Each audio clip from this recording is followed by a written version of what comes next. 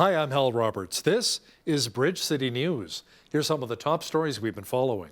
McCain Foods is making one of the biggest investments in their history, and it's taking place right here in southwestern Alberta. Conservative leader Pierre Poilievre explains how the Trudeau government can make life more affordable for Canadians ahead of the budget, which is coming out later this month. And we hear a miraculous story about a man who woke up at his own funeral in Syria. Our foreign affairs expert Lisa Daftari shares the details. Your nation, your province, your southern Alberta. From the heart of Lethbridge, it's Bridge City News with Hal Roberts.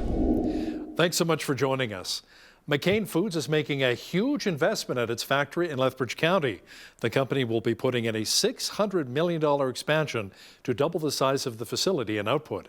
Company officials say it'll be the biggest investment in their history. The project will create 260 new jobs along with new state-of-the-art production lines. Once it's fully operational, the factory will double its workforce to 485 positions. Coledale Mayor Jack Van Ryan says it's a pretty big deal not only for the company, but for his town. As a municipality that neighbors McCain's Foods, we are very delighted that McCain Foods is choosing to make Lethbridge County the destination for what will be their largest capital investment in the past 65 years. So as part of their press release, they named Coledale, but in fact, the facility is actually being built in Lethbridge County, and we are the closest municipality to McCain's Foods, and we've had a long-lasting relationship with them. Now, other parts of the expansion will include wind turbines and solar panels. Construction on the McCain Foods expansion in Lethbridge County will begin later this year. The Alberta government is looking to convince skilled workers from Ontario and the Maritimes to head west and fill 100,000 jobs. Jobs Minister Brian Jean says the Alberta is Calling program is piggybacking a similar campaign last summer that targeted workers in Vancouver and Toronto. We deployed the first phase of this highly successful campaign in summer 2022, and the response, well, it was outstanding. Nearly 33,000 Canadians heeding our call and moving to Alberta in Q3 of last year alone. And today, we are in the heart of the Rocky Mountains at the Canmore Nordic Centre to showcase Alberta's beauty and to talk about all of the amazing opportunities right here in Alberta. Today, we're announcing the latest phase of the campaign as we reach out to Canadians in northern and southwestern Ontario and all over the Maritimes. That's because we have nearly 100,000 rewarding jobs ready and available in a variety of high-demand sectors, including skilled trades, healthcare, accounting, engineering, technology, but also in the service and tourism sector. Restaurants Canada says there are 14,000 jobs in Alberta's hospitality industry. Due to a shortage of workers, many restaurants are only operating at about 80% capacity. The province also announced important investments in healthcare education to address the shortage of medical professionals here in Alberta. That includes $72 million to train more nurses and doctors. Alberta Health Minister Jason Copping says in order to help beef up physician numbers in Alberta, Alberta Health will also invest into creating more opportunities for Albertans to train and work closer to home where they live. If we train more Alberta medical students here in our province, they are more likely to stay once they have completed their training. Last year, the University of Alberta and the University of Calgary approached the government with a proposal to meet this need. We thought it was a great idea and helps address the long-term need for doctors throughout the province, particularly in rural areas. So in addition to the undergrad medical seat expansion Minister Nicolaides has just announced, Alberta Health is investing $113 million over the next 3 years to fund the corresponding medical residency positions through the Academic Medicine and Health Services program. You know, the Alberta election is just around the corner now. It's coming up May the 29th. And the Alberta budget focused on a number of areas, including healthcare and education. Independent Cypress Medicine Hat MLA Drew Barnes says as we get closer to heading to the polls, the UCP should not lose their focus on our seniors. Barnes says more seniors' homes are desperately needed. I'm grateful to represent Cypress Medicine Hat for over 11 years, but one of the things that's happened when the NDP was in power, they seemed to want to go mostly towards publicly owned senior citizen support places. When the Conservatives in power, we want to go more to private ones. I think it's time to make sure that all types of services, including not-for-profit, are there to support our hardworking seniors and make sure that they're there when they need to be.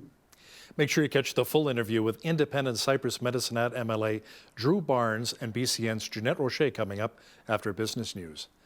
Federal Conservative leader Pierre Poilievre says the upcoming federal budget should lower taxes, cap spending, and make it easier for Canadians to build new houses. Poilievre spelled out his party's budget priorities in advance of the Liberal government's fiscal blueprint to be presented to Parliament on March the 28th. Bring home powerful paychecks with lower taxes that reward work. We have a war on work in this country. A single mom earning $60,000 a year who has 3 kids earns another dollar. She loses 80 cents in income tax, payroll tax, and benefit clawbacks. That punishes work. The people who do the nation's work are punished more and more each day in this country. We wonder why we have a labor shortage. You punish work, you get less work.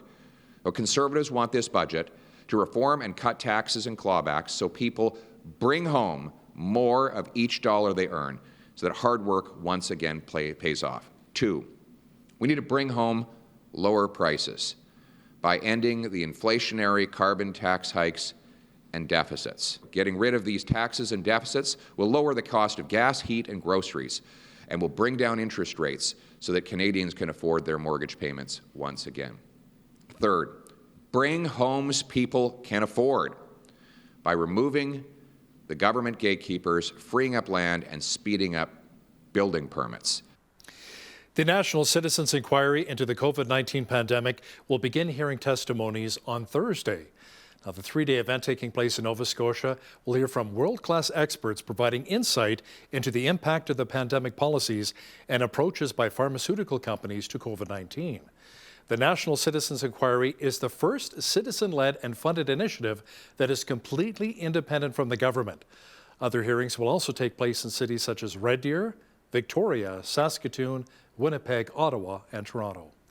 The Canadian Taxpayers Federation is sounding the alarm over the CBC allegedly handing out $16 million in bonuses to employees in 2022. The data came through an Access to Information request.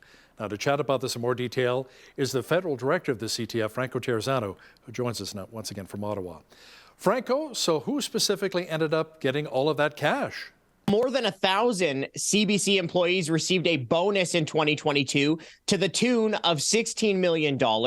The average bonus at the CBC was $14,000. And on top of the bonuses, the CBC also handed out about $12.5 million in pay raises in 2022. There were no pay cuts. So get this, you have many Canadians who are worried about missing meals, while many CBC staffers aren't even worried about missing a bonus. You know, it appears as though the public broadcaster has a bit of a history giving out huge bonuses and raises. Franco, how many tax dollars are we talking about that they've dished out since 2015? Yeah, they sure do have a long history of handing out bonuses and raises with our tax dollars. $185 million in bonuses and raises were paid out to CBC employees since 2015. Of that, $80 million in bonuses and raises went to CBC staffers since the beginning of the pandemic. And remember, folks, the CBC is taking more than $1 billion from Canadian taxpayers every single year. So while the CBC has handed out bonuses and raises, the people who are paying their salaries, especially during the pandemic, struggled with pay cuts, job losses, and even business losses. Thanks so much, Franco. That was Franco Terrazzano, Federal Director of the Canadian Taxpayers Federation, joining us from Ottawa. Well, it was nice to be on the plus side of things again today, weather-wise, for Lethbridge. Jeanette Rocher is now with an early look at the forecast. Jeanette, we should enjoy the mild temperatures while we can, since more flurries may be on the way. Yeah, true. Let's celebrate that win while we have it. Today's expected high was close to double digits before we get back into more flurries and more snow on Tuesday and Wednesday. But the great news, these temperatures, they're so mild. We are mostly sticking above zero for most of the week, with the exception of Wednesday, when we're going to be just a little bit under that zero mark, but very, very seasonable. Absolutely. I'll be back later in the show to give you the full 7-day forecast. Great. Thanks so much, Jeanette. March is Multiple Myeloma Awareness Month. Now, according to Myeloma Canada, the number of new myeloma cases diagnosed in 2022 were estimated at 4,000, with 440 of those patients located here in Alberta. Video journalist Micah Quinn was at Lethbridge City Hall earlier today, where members of a local myeloma support group raised a flag to create awareness of this deadly cancer. 11 people are diagnosed each and every day across Canada. Multiple myeloma is the second most common blood cancer in North America. On March 1st, Lethbridge City Hall was lit up red in support of those who have been diagnosed with multiple myeloma. And on Monday morning, a flag was raised in our city in honor of Multiple Myeloma Awareness Month. Brian Treadwell, the support group leader for Myeloma Canada's Lethbridge branch, had his life forever altered when he was diagnosed with the disease on April 27th of 2021. I'm not able to exist as well as I used to be able to. I was in the media for so long and able to quickly respond to questions, and I'm not able to do it like I used to be able to. I'm not on my game. Multiple myeloma currently has no cure, but there are treatments to prolong the life of patients. Martine Elias, the executive director of Myeloma Canada, told us exactly what multiple myeloma is. Well, multiple myeloma, and we call it myeloma for short, is a cancer of the plasma cells that you find in your bone marrow. So quite often it shows as infections, fatigue, anemia. So it's very incongruous in terms of how it presents itself. The Multiple Myeloma March is set to kick off later this fall to raise funds for the incurable disease. Members of the Lethbridge Myeloma Support Group say they are currently open to the idea of a planned march here in our city. For Bridge City News, I'm Micah Quinn. As part of International Women's Day last week, a local cab company wanted to recognize female workers in a special way. 94 cabs in Lethbridge changed the color of one of their cabs to pink and white to honor female taxi cab drivers. Now, this is the first year for the colored cab, and it will be staying on the roads with the hopes of adding more pink cabs in the future. What also makes this cab unique is that it's only available to female passengers. The idea came up because we've been getting a lot of calls looking for female drivers. Honestly, some female customers are comfortable with another female, right? They can talk their common issues. So that's one thing that why we were looking for female drivers, right? And then it is so important for us because we listen to the market. There was a need, we realized there was a need, and 94 cabs, we always come up with new ideas. 94 Cabs is still looking for more female drivers. If you're interested in applying, contact the company directly. Police in Coledale have arrested a man for robbing a 9-year-old child. RCMP say they responded to a call about a man with an axe who was taking food away from the child. Police were on scene within minutes, and fortunately no one was injured during the incident. 22-year-old Tasman Gooddagger of Standoff is charged with robbery with an offensive weapon and failing to comply with a probation order. He will appear in court on March the 15th. It's Canadian Agricultural Safety Week, and farmers in our province are being given tips on how to stay safe while out in the field. According to the Canadian Agricultural Safety Program, 114 people are killed and close to 1,500 are injured in farm-related accidents each and every year. Lethbridge County Reeve Tori Campbell said the organization is doing its part to help keep farmers safe. I think the goal of the county this week is just to try and push out as much information as we can. There's a lot of tremendous resources that are already out there, and I think the county just wants to act as a conduit to make sure that they're available and that people are taking a look. I think at the end of the day, the number one message is just have a plan. Be ready, be prepared, be educated on what you're doing, the job you're performing, the dangers of that, and then having that communicated to everyone else that's working with you on the farm. Campbell says it's important to know that farm safety is not just physical, but also mental as well. Legendary music promoter Ron Sakamoto was honored at the Junos over the weekend. The longtime Lethbridge resident won the Walt Grayla Special Achievement Award, honoring his work in the industry. Sakamoto says it was a very special honor. So it is one of the biggest awards there is. And, I think there's only 38 people that have already received this award. And in Canada ever. So it's pretty special, and it's really something that it just is amazing.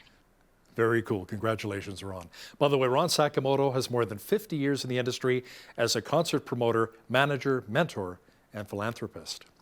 Now, speaking of awards, Hollywood celebrated the best of the best during the Academy Awards on Sunday night.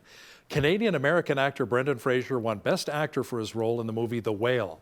Fraser says he was really inspired by his character, who never gave up.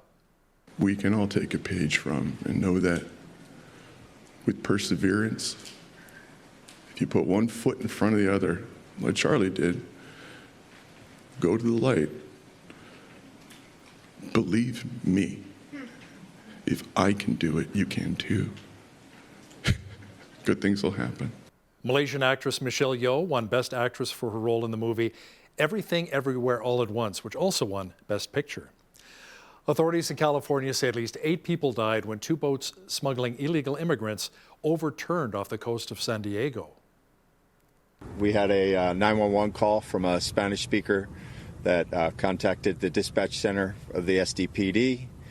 That person reported that there were approximately 15 people and 8 people on 2 vessels that had overturned at Torrey Pines City Beach in San Diego, down at Black's Beach. We did the best we could to recover people from the water, try and find survivors, and the lifeguards, after about an hour of searching and recovering bodies, we were in recovery mode for about 5 hours after that. The death toll from the earthquake-ravaged areas in both Turkey and Syria has now reached more than 50,000. Now, in the midst of all of the tragedy and pulling people from the rubble is a miraculous story. A Syrian man who was thought to be dead woke up at his own funeral. Our foreign affairs expert, Lisa Daftari, has the details. He was believed to be dead at the time he was pulled out. So you have to imagine what conditions these, paramedics aren't just calling dead, very, very quickly. But he was announced dead, taken to the morgue, prepared there.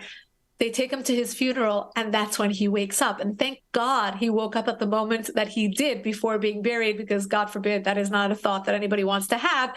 But what doctors believe happened is that, sometimes the heart stops and then it picks up its own rhythm. It's basically the body does what a defibrillator does, is start the heart. It basically pumps the heart again. It jump starts again.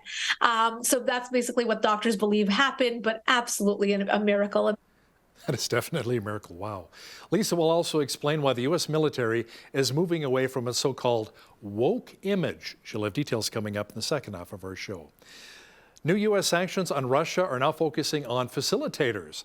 The expansion will include liquidating oligarchs' forfeited property and turning it into cash to benefit Ukraine. I think it can be quite effective to be sanctioning facilitators, and Treasury does in fact do that and has done that in the Russian program in particular. There are individuals who, going beyond money managers, are in aviation services or maritime services, who are essentially professional sanctions evasion brokers. And they have been listed to some extent, and I think that can be a powerful tool. It's certainly one that in the Department of Justice's prioritization is at the top of the heap. Well, it was a nice mild day across much of southwestern Alberta today, but more snow is on the way. A full look at the weather picture is on deck.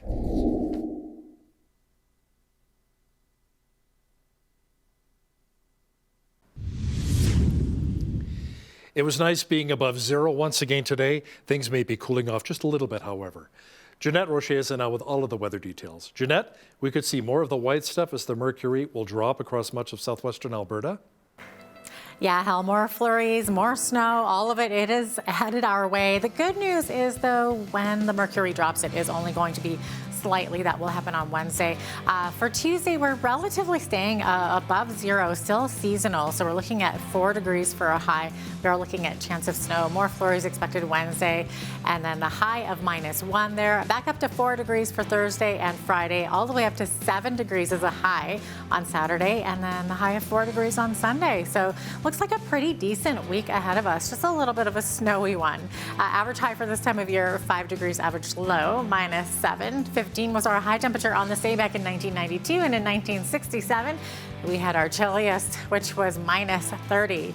7:50 sunrose this morning and sunset this evening, 7:32. So we're now out of that 6 o'clock hour because of that time change, so making it look like an hour difference. But we're still sitting at over 11 hours and 30 minutes. So we're almost at that 12-hour mark. Okay, so 40% chance of showers expected on the west coast here. Victoria's high 8 degrees, 7 degrees the high in Vancouver. Also looking at some showers there. -1 the expected high in Edmonton with clearing skies and periods of light snow ending in the morning in Calgary with a high of 1 degree. As we look to the prairies, it's going to be very windy. We're looking at 60 winds in Saskatoon. Also a 60% chance of flurries there. -2 the expected high, 1 degree the high in Regina, -4 in Winnipeg. Mainly sunny skies in those two cities, but we're looking at up to 70 winds in both Regina and Winnipeg. So going to be a bit of a windy one. Okay, Toronto looking at 30% chance of flurries, -1 the expected high there, 5 centimeters of snow expected in Ottawa tomorrow, 1 degree the high there. 3 degrees the expected high in Montreal with mix of snow and rain tomorrow. So a bit of that mixed precipitation. Same thing a little bit more on the east coast here. We're looking at flurries expected in Fredericton, 0 the high there. Halifax also looking at snow mixed with some rain, high of 1. 2 degrees the high in Charlottetown, and the expected high in St. John's, Newfoundland tomorrow is 1 degree with partly cloudy skies. So there you have it. That's your forecast. Today's weather report is brought to you by Ridge Utilities, providing competitive rates for electricity, natural gas, and internet, while investing back in communities across southern Alberta. The trend of growing debt among Canadians is waning somewhat. According to Stats Canada, the average Canadian had $1.81 in credit market debt for every dollar of household disposable income. It says the ratio of household debt to disposable income improved as income rose around 3%. That offset the 0.8% rise in credit market debt. The latest national balance sheet shows interest payments expanded 14.1% from the third to the fourth quarter. Canada's energy sector is calling on Ottawa to include more support for emissions reduction projects in the March 28th budget following the introduction of the Inflation Reduction Act in the United States. The act contains $375 billion in financial incentives and tax credits for hydrogen, biofuels development, and carbon capture and storage. Some companies in Canada say the incentives aimed at spurring investments in clean energy south of the border are so attractive that it is impossible for them to compete. Finance Minister Chrystia Freeland says her government intends on responding to the U.S. legislation and will make additional investments so Canada is not left behind. BMO Financial Group has announced a deal to purchase the Air Miles loyalty rewards program in Canada after its U.S. parent company filed for bankruptcy. Financial terms were not known, but it was contingent on Loyalty One not receiving a more favorable offer and will require court approval. BMO says if the purchase is successful, it would accelerate future growth for Air Miles. The loyalty program's president says the deal will have no impact on Air Miles collectors' balances or the ability to collect and redeem miles. It is, however, a significant step forward in solidifying the program's future. Now, here's a look at today's markets. The TSX was down 186 points on the day to finish at 19,588.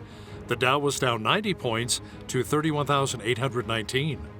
The S&P 500 was down 5 on the day to 3855, and the Nasdaq was up 199 points to 11,188.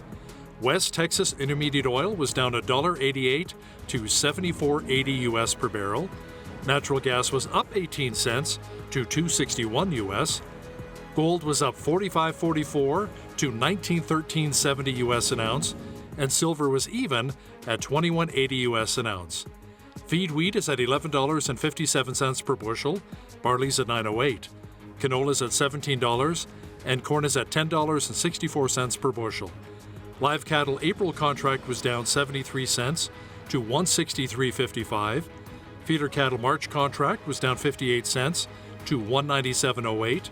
And lean hogs April contract was down $1.23 to $86.23. The Canadian dollar was up slightly over the past 24 hours to $72.84 US.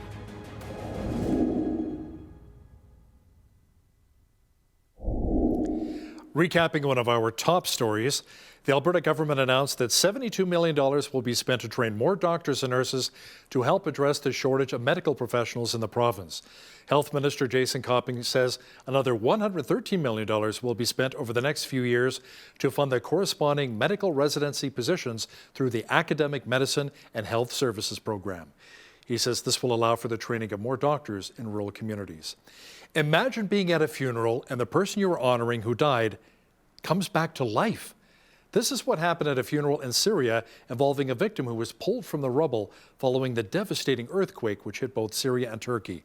Our foreign affairs expert Lisa Daftari will have details shortly.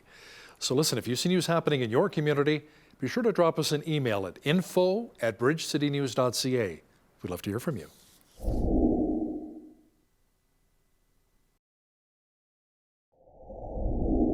China has brokered a new deal between Iran and Saudi Arabia. Now, how will that really impact us here in the West? To chat about it in more detail is our foreign affairs expert, Lisa Daftari, who joins us once again from Los Angeles. So, Lisa, bottom line, it's a new deal, but really how concerned should we be about this new deal and the leaders of these three countries meeting? Yeah, it is a huge deal. And, it's funny, I was on NBC News on Friday when the news broke, and the host, prompted the segment with, "We have great news out of the Middle East." It's not so great. And I'll outline why. This deal was brokered by China. China swept right in and took the place of the United States, who usually would be the one to broker such a deal between two powers in the Middle East. And not only did China, were they able to broker this deal. Remember, China selling weapons to Russia. China is also working with Iran's regime to sell more weapons to Russia. I mean, this is really our enemies getting together and colluding behind our backs. Well, now in front of us. Why did Saudi Arabia go along with it? That's the question everybody asks. Well, President Biden has been snubbing Saudi Arabia for a very long time. And look, this was a pact not really based on friendship, but based on opportunity, right? So Saudi Arabia looks at this and says, look, we have so much to gain from trade with China. We already are doing that. Remember, they met a few months ago and we all were talking about the deals between China and Saudi Arabia. Well, now they realize that realigning themselves with the West is not an option while Biden is in office. So why don't they try realigning themselves, at least with Iran's regime, to see perhaps an end to some of these proxy wars that they're fighting each other. People talk about this as the unfreezing of tensions for the last 7 years. It's not 7 years, it's 44 years. When the Iran regime came in, they wanted to spread their brand of Shiite Islam. Saudis want to spread their brand of Sunni Islam. And the two basically have been at war for over 4 decades, trying to be the powerhouse of the Middle East. So now China's saying, look, let's put our differences aside and all be powerhouses. And that's exactly why we have this deal. So what's the new deal really all about? Is it more about trade between Saudi Arabia and Iran?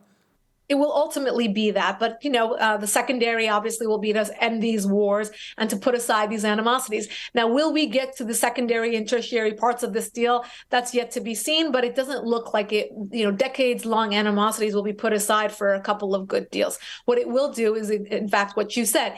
Iran being the biggest winner here, it lets them off the hook economically, right? It gives them another lifeline. Here they are having a very short list of partners with whom they can trade with. And now you add Saudi Arabia to the list as well and gives them more opportunity and opens them up to the Middle East.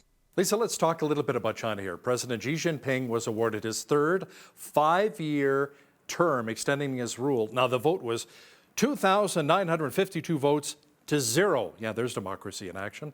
Now, a 2-term limit was defeated and deleted from the Chinese constitution, meaning that Xi could remain in power, for the rest of his life? Well, it seems like when you're a dictator, anything is possible, right? And it's funny you said he was awarded. He awarded himself many, many more years in power. And that's exactly what's going on in China, obviously. It's a dictatorship and he loves being in power. He loves gaining all this power. And look, if you're, is sitting in China as a lawmaker or somebody who has a vote or has a say in this, you're looking at Xi Jinping really winning for China. You look at what's going on, here in the West. unrest and all of the issues we have here domestically in terms of immigration, in terms of fentanyl, in terms of our schools. Look, our kids are learning about pronouns and their kids are learning, Calc 3 in the 8th grade. I don't know, I'm exaggerating, but you get the point. They have a focus on growth and we don't. And for that reason, this deal between Iran and Saudi Arabia, for example, brokered by China, is just one example of the many advances that China is making. This being a more tangible and visible advancement, and there's so many more that we're not talking about in terms of its military technology, cyber technology, and the list goes on. Obviously in manufacturing, I spoke to a friend over the weekend and he has an electronics business. And I said, how has everything been with China? He said, I used to travel to China all the time, but I can't not work with China. They're the only ones who know how to make my products. They have a monopoly. They have a monopoly, and we need to talk about how we're going to combat this threat going forward. Not in the next year, but I'm talking about decades ahead. How are we going to combat the threat that is this growing advancement of the Chinese empire? Now, still with China, the United States Treasury has imposed sanctions on Chinese businesses supplying an Iran firm selling military drones to Russia in its fight with Ukraine, Lisa. Now, one of these companies, Hangzhou Koto Machinery Company, has been under sanctions since 2008, so this is nothing really new. No, it's nothing new. And it's just symbolic how obviously just the serving up this slap on the wrist to say that they're doing something. And look, the Biden administration is obsessed with the war in Ukraine. Look, nobody wants war in Ukraine or anywhere else, frankly. But what happens is they're looking at the Iran regime, put so much money into terrorism all around the globe for so many years. And they've done nothing about it, right? Look at Hezbollah, what they've done to Lebanon. Look at what the Houthis have done in Yemen. Look at what the insurgencies have done in Iraq. And look at the money that has gone to Hamas and Palestinian Islamic Jihad in Gaza and the West Bank, and the list goes on. But they haven't done anything about that. The Iran regime continues to kill innocent protesters that are on the streets. They've done nothing about human rights abuses. They continue to march forward with uranium enrichment. They've done nothing about that. But, oh, wait a minute, they're giving parts to Russia to supply weapons to Russia to use in Ukraine. Oh, now we have to start sanctioning them. Look, in one breath, they talk about sanctioning Iran's regime, and in the other, they loosen up all of these sanctions, and they provide opportunity to give these lifelines economically to Iran's regime. So, it's kind of like a push and pull, but at the end of the day, sanctions will only work if they're enforced, and we know that. And right now, they're not being enforced. So we can talk about sanctions all we want, but it doesn't look like it's working in these capacities. There's a recent report that Russia may be funneling U.S.-made weapons captured on the battlefield in Ukraine to Iran, Lisa. Iran's military engineers then can analyze the equipment in the hopes of recreating it. Look at the cycle, this vicious cycle. Exactly right. So there are weapons that we are providing in the Western world, so Europe and other nations as well. I know Canada is involved, in providing assets to Ukraine. Then those weapons are then being taken over by Russia and then sent back to Iran for reverse engineering, copying that, and again being sold back to Russia and other countries. So we're basically helping advance military technology in all parts of the world for our enemies, if that makes any sense. And by the way, taxpayer money going for these efforts. So it's mind-boggling how when you connect the dots, and I thank you for asking that follow-up question, because it just shows us where these billions of dollars, everyone talks about this war in Ukraine. Again, nobody wants war anywhere in the world, and we want this to end as soon as possible. We're hoping that Putin just puts down his guns and decides that he wants that off-ramp. Until we get there, the Biden administration is set on giving billions and billions of dollars to Ukraine, and Zelensky is just asking for more and more. All he does is make these world tours. He begs for more money, and I don't know if you've heard that he wanted to speak at the Oscars and make another plea at the Oscars, but he was rejected this time. Wow. Lisa, we like chatting about miracles here on Miracle Channel. Well, following the devastating earthquake which rocked Turkey and Syria, a Syrian man who was thought to be dead actually woke up at his own funeral? This is a crazy story, and if you believe in miracles, this is just tremendous. This man was pulled out of the rubble. He was believed to be dead at the time he was pulled out. So you have to imagine what conditions these, paramedics aren't just calling dead, very, very quickly. But he was announced dead, taken to the morgue, prepared there. They take him to his funeral, and that's when he wakes up. And thank God he woke up at the moment that he did before being buried, because God forbid, that is not a thought that anybody wants to have.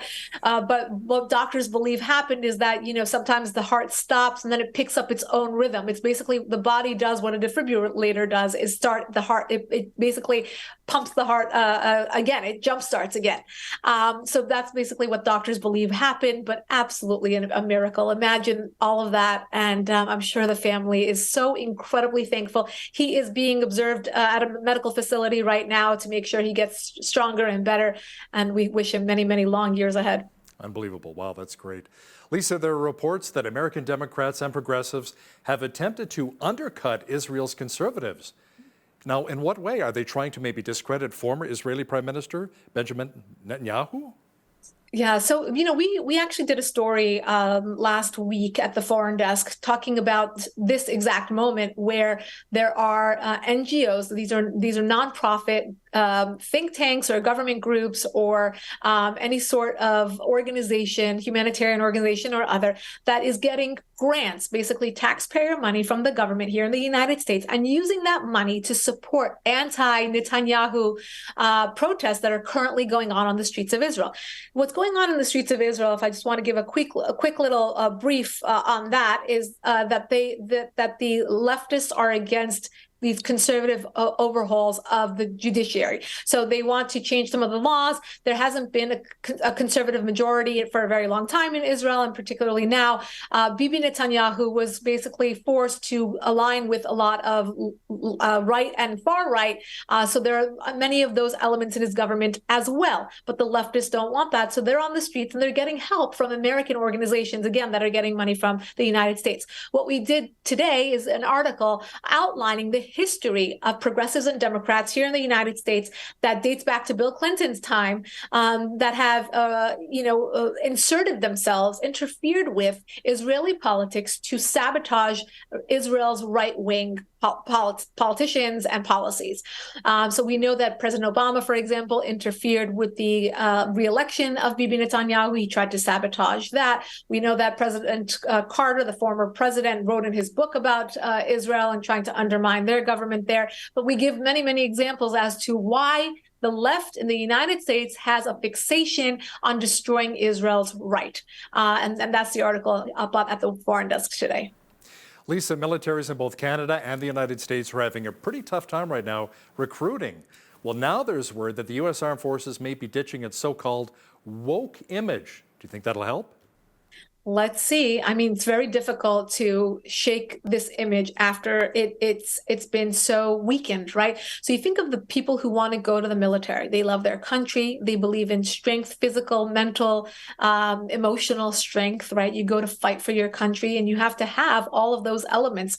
And then you have the military that has been completely overturned away from those elements. And now it's more like, let's question the United States. We're guilty. We have this image of, hating the country, using pronouns instead of worrying about, the enemy and defending our borders and defending our assets overseas. So it's going to be very difficult to recruit this generation of recruits when this is now the image of the military. They're going to have to do a lot of backpedaling. They're going to have to do a lot of rebranding. Maybe they should bring in some really good PR experts to help do that. But I'm glad that they're coming to their senses and at least reflecting a bit and saying what has happened. We are so behind. We are so weakened by our own woke policies that I hope that this is not just a headline, but that they truly will think about this and the damage that it has done, not only to the military, but to the country as a whole. It's interesting as well. I've chatted with some recent immigrants who came to our country and our province here in Alberta, and they're leaving war-torn countries. They're like, I don't want to go into war. I don't want to join the military. I escaped that, and I came to Canada for peace. So that's why the Canadian military is having a difficult time as well recruiting. Right. Right. I mean, it makes perfect sense, right? When you think about, what that means to people. I think people's psyche as a whole has changed, particularly after the pandemic, and as a result of this woke, kind of mentality. When you think about the military, also as we grew up, it was, even sports and anything else, competitive. You want to be the best. You want to, break your own record and everybody else's record. In the mile run at school, you want to, you really want to be the best, and I think that has been lost on this newer generation, and that is a result of woke policies and woke mentality that's being preached at schools and in the media, and just overall, everyone gets a trophy. Well, if everyone gets a trophy, why should I go fight for my country? If everyone gets a trophy, why should I be the one to be at training at 4 a.m.? I'd rather be playing video games at midnight. So there is this level of not wanting to commit to something that is, regimented and is, requires a lot of sacrifice, particularly if there is no connection to the bigger cause. And that's patriotism, nationalism, believing in your country, believing in the military. So I think it's going to be an upwards battle for every country in the West right now because of this new psyche of our culture. Lisa, before we let you go, you're in Los Angeles, not far from Hollywood. We had the Oscars, and Brendan Fraser, the American-Canadian actor, winning for Best Actor for The Whale. Were you kind of surprised by that? No, not surprised at all. He's a wonderful actor, and I'm glad that the Canadians got an award. And I'm glad that you're all celebrating today in Canada. I didn't catch the show, but I did catch some of the highlights, and I was very, very happy for him. So Actually, congrats to you all. I was surprised that Austin Butler, who portrayed Elvis, didn't win. That was kind of who I was pulling for, to be honest with you. Oh. It was such an incredible movie. Elvis, I'm a big Elvis fan. There were a lot of good nominees this year. That's very true. Absolutely. She's our foreign affairs expert, U.S. political reporter, and even talks a little entertainment sometimes. Lisa Daftari, thanks for joining us today from Los Angeles. My pleasure.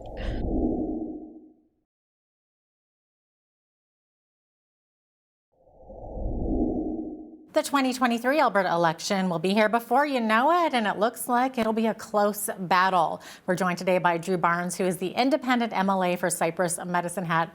Welcome back to Bridge City News. Drew, great to have you on again.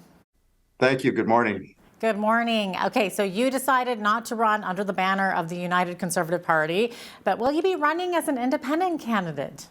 Well, thank you for that question. I'm still researching it, and I'm talking to mostly my constituents, who about half of them want me to continue in that way. And then I've been talking to, give or take, 20 other conservative Albertans, mostly in rural Alberta, who are interested in doing something together, whether that's a party or a loosely connected group of independents. So yeah, in the next 2 weeks, I'll be making my final decision. But it's so important that Alberta families be in charge, that Alberta be the freest, most prosperous place. And we'll see what the next 2 weeks brings. Yeah. Okay. So Drew, what were your overall thoughts on the recent provincial budget? Oh, I was very disappointed. First of all, Premier Smith and the UCP missed the chance to really help the affordability crisis that families are undergoing right now. They could have cut taxes, end the 2% small business tax to help small businesses, raise the personal exemption so all families, all Albertans paid less taxes. And what they did instead was come up with a mechanism for a handout here, a handout there, picking winners and losers, picking favorites. It's so disappointing. And also what's disappointing to me is they're estimating that oil and gas royalties are going to be up from $3 billion to about $16 billion. Actually, last year, oil and gas royalties hit $27 billion, thank goodness. And they're increasing spending, $13 billion. By the same amount, they're increasing oil and gas taxes up. So it's just another spending government rather than cutting taxes and leaving families and individuals in charge. Yeah, interesting. So you were hoping to see some broad-based tax relief for Albertans in the provincial budget. Are there some specific areas maybe that need to see some tax changes? There sure are. First of all, this inflationary crisis we're going through, and it's laughable. The Federal Reserve in America, the central bank in Canada, is raising interest rates through the roof, really testing the affordability for Alberta families. And At the same time, governments are spending more, throwing fuel on the fire. It's crazy. So what I would have liked to have seen, right now, no Albertan pays Alberta tax till they make over about $19,000. I would have liked to have seen that risen to $30,000. So all Albertans have more opportunity to have more money in their pockets and invest in their needs and their future. Secondly, the small business tax. Alberta and Manitoba have already Saskatchewan and Manitoba have already reduced their small business tax to zero. Alberta's paid 2% on top of our 10% federal small business tax. Let's reduce that to zero. Small businesses had such a tough time during COVID. Let's give people an incentive to get off the couch and give us services. And then thirdly, back to our 10% flat tax. Alberta attracted a lot of capital, a lot of quality individuals under Ralph Klein when we had a 10% flat tax. Of course, Rachel Notley raised that to 15 on top of Justin Trudeau raising the federal tax to 34%. So we can pay as high as 49% tax in this province. It's time to give hardworking Albertans a break. Okay, so Drew, what do you foresee as the biggest election issues this spring? Is it all about affordability? It's mostly about affordability and the fact that we've seen, healthcare in crisis. We've seen our education system slip. We've seen government utilities and no competition in the insurance or other industries like telephone, cable, and airlines. So Albertans know that our government systems are broken, and they're asking for more money to be left in their pocket so they have a better chance. Now there's some other issues. Crime, the fact that crime has snowballed. So many of our cities are not safe, particularly in our downtowns. People are asking for democratic reform. They've seen nominations be meddled in. They've seen, politicians not be accountable, and they're looking for change that way. And then the third thing is affordability, lower taxes. Wow. Okay, so speaking of affordability, should the provincial government continue to offer affordability relief payments to seniors and families with kids? I mean, it's a good thing, but I feel like there's so many people that are left out of that piece of the puzzle. So what about people who have older kids living at home, like say a university student, for example? They're basically still dependents because they can't work full time. They're still students. Exactly, and more expensive needs and a more expensive life. I would like to see the Alberta government focus on two things. First of all, spend less so they can tax less. Let's let all Albertans keep more money in their pockets so they have a chance to direct their own future and they have a chance to end some of this inflation. But secondly, competition. Our utilities are so not competitive. We all know when we open a utility bill, our incendiary costs are as higher than our natural gas or our electricity uses. We know in insurance, I just saw a report that again shows that Alberta has the highest car insurance in all Canada. It is so time to make these industries more competitive so Albertans have more choice and we can get some more competition and better pricing. Okay, Drew, the Alberta Sovereignty Act will likely get some attention this spring, and I understand that you agree with some of the principles in the Act. So are there some changes that you would like to see in the Act? Oh, absolutely. First of all, we all know that Alberta sends over $25 billion a year to Ottawa, which large parts of it make its way to Quebec and the Maritimes. I just saw a report that shows that the Quebec Generational Fund, which the province of Quebec is saving money for their children, is now larger than the Alberta Heritage Trust Fund. So, our money being rerouted where it's not going to help our kids. So absolutely, this is important that we do it. First of all, it's time for us to start to use the notwithstanding clause in the Canadian Constitution, even if at times if it's just symbolic. And when it comes to the Alberta Sovereignty Act, if Ottawa is overstepping our into Alberta jurisdiction, like they are with the carbon tax, like they are with not giving us resource movement, it is so time to step in and insist on that happening. And if it doesn't happen, asking Albertans to hold Ottawa accountable. Okay, let's switch gears here for a second. Healthcare, it's a big one. So the NDP will likely campaign hard against any moves towards privatization. But if we just keep throwing more money with the same system, nothing seems to change. So what would you like to see happen to create better healthcare, Drew? For example, how can we reduce wait times for surgery? Oh, you're absolutely right. They've been throwing more and more money at it. This year's budget, which was just released last week, healthcare is over $26 billion. The more per year, though, that's 40% of what Alberta spends, and Alberta government spending too much. and throwing money at it doesn't make our solutions any better. There's some real things we need to do. First of all, we need to return to more local decision making, where local people have control over what happens in their area. Secondly, when it comes to wait times, I'm hearing about inefficiencies throughout the systems. Procedures being late, procedures not being organized, and Alberta Health Services bureaucracy budget is now $600 million a year. It is so time to insist on value for that. But then we also have to get it innovative. Hey, Mayo clinics. Let's maybe have a not-for-profit Mayo clinic somewhere in Alberta, publicly funded, so everybody gets equal access. But let's put in some choice and competition. Likewise, we need some wait time guarantees that if you can't get your surgery in a normal period of time, you get the opportunity to go to a different clinic, like a private clinic, again, publicly funded, but you get access to make that happen. The report that came out in the healthcare budget a week ago shows that very, very few, if any, of our procedures do we meet the Canadian standard for wait times, and it's just so broken. Oh, it is. Any ideas also on how to attract and retain family physicians? Yeah, two things we got to do. There's so many good Alberta kids that want into medical school. There's not enough spots for them. The bar is it's the number of kids that approach my office with perfect grade point averages and great volunteer records that can't get into medical school. It's amazing. So let's start to train a whole bunch of Alberta kids to be doctors, and at the same time, nurse practitioners. Nurse practitioners, an area that we don't use enough, and provide excellent service. Let's not only start to train more nurse practitioners, but let's give them billing access so they can charge the Albertan taxpayer for their services as well. And then let's start to bring the whole budget in line so we make sure we, the people of Alberta, get value for the taxes we spend. Mm-hmm. You brought up an interesting point there, Drew. What is going on with the post-secondaries that the local kids can't get in? It just makes you wonder. We need direction from the government that they have to accept more Alberta kids. There's a number of foreign medical students in there, and that's good. But if we need more spots, let's fund more spots.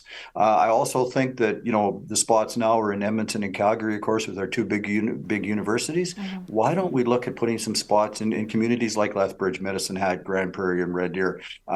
Maybe we have to streamline kids into medicine as well. A lot of them get in at 26, 28 years old. So by the time they start to help Albertans, they're well into their working lives. Maybe it's time to streamline that. And we, the people of Alberta, just have to get insistent and serious about demanding that instead of going to Montana for our knee or our hip replacement or waiting months to get into our system here, that we get support for all these high taxes we pay. Mm-hmm. And then, of course, what about our senior citizens? Do we have enough seniors' homes and staff for them? Well, I'm concerned about that. We saw during the COVID crisis that many of the great hardworking senior care assistants were working in 2, 3, or 4 of these places, stretched already very, very thin. So I think it's important that we make sure that the right amount of taxpayer money is focused there. Partly we have to stop caring about politics and ideology, and we have to focus more on the senior needs. I'm grateful to represent Cypress Medicine Hat for over 11 years, but one of the things that's happened when the NDP was in power, they seem to want to go mostly towards publicly owned senior citizen support places. When the Conservatives in power, we want to go more to private ones. I think it's time to make sure that all types of services, including not-for-profit, are there to support our hardworking seniors and make sure that they're there when they need to be. Mm-hmm. Do we need maybe more workers to help seniors to stay in their own homes longer, perhaps? Absolutely, a fantastic idea. And I think we should even maybe look at some family members doing that. One of the things I've talked about for 11 years is what you'd call a volunteer tax credit, where if you decide to stay home to help your mom or dad stay in their home longer, If you decide to do that with a neighbor, you should have some kind of small or whatever. We should just discuss how much tax credit off your income, so you're supported for doing that. And that, you're absolutely right. In addition, with training more hardworking healthcare workers so seniors can stay in their home. And I know, the carbon tax and gas and all these things are expensive, but it's an important need to make sure we fulfill this. Okay, well, let's talk energy for a minute here. So the federal Liberals say good news. They want Alberta to just transition away from fossil fuels into green energy. And they say Alberta oil and gas workers will then switch over to new green jobs. So what are your thoughts on what needs to happen for our energy sector? Well, first of all, the just transition is going to cost Alberta 250,000 jobs. We already know that we're the most environmentally friendly producer in the entire world. Secondly, let's look good old common sense. We look at our utility bills as they add more and more renewables. Our utility bills are only going up. So that tells you that mechanism is not working. And the hypocrisy astounds me. We keep hearing about China and India adding 250 coal-fired electric plants a year. Never mind the fact that in China anyway, they make fertilizer and methanol with coal instead of clean-burning natural gas. And here we are not adding liquefied natural gas on the Canadian West Coast so we can get it there. Let's talk realistically about our problems and our issues. Oil and gas, this was one of the tougher winters. We couldn't survive up here without the carbon molecule. And if we really care about pollution and helping the rest of the world, let's get liquefied natural gas to India and China as fast as possible. Well, real quick, Drew, in a lot of Alberta communities, crime reduction is a real issue. And of course, you mentioned it at the top of the interview here. So it's often tied closely to addiction issues. So are there some maybe practical steps that need to be taken to deal with these issues? Oh, thank you for that question. Absolutely. I hear about this problem all the time. Number one, let's get people suffering from addictions meaningful help. People, into detox and rehabilitation centers on a timely basis. I always hear about how that just doesn't happen. And let's show that we care. And I've also heard many, many times about how some of the money that's already directed towards helping these people actually encourages them to stay on the streets, because instead of using it for residents, a rental, they end up using it to support their addictions. So it's time that Albertans, it's time that the people that are already being paid to be in that system do everything they can to magnify and get that help to these people quicker. And then the other part is everybody has to understand that there's going to be consequences for their actions. We keep hearing about the 10th crime before somebody's, does some jail time or a meaningful penalty. All Albertans have to understand that there's consequences for their actions, and we need our policing and our justice system to focus deeper on those two things as well. Thanks so much for being with us today, Drew. We're out of time, but great to have you on again. Well, thank you very much. Have a good rest of the day. You as well. Drew Barnes is the independent MLA for Cypress, Medicine Hat. I'm Jeanette Roche on behalf of all of us here at Bridge City News. Thanks for watching.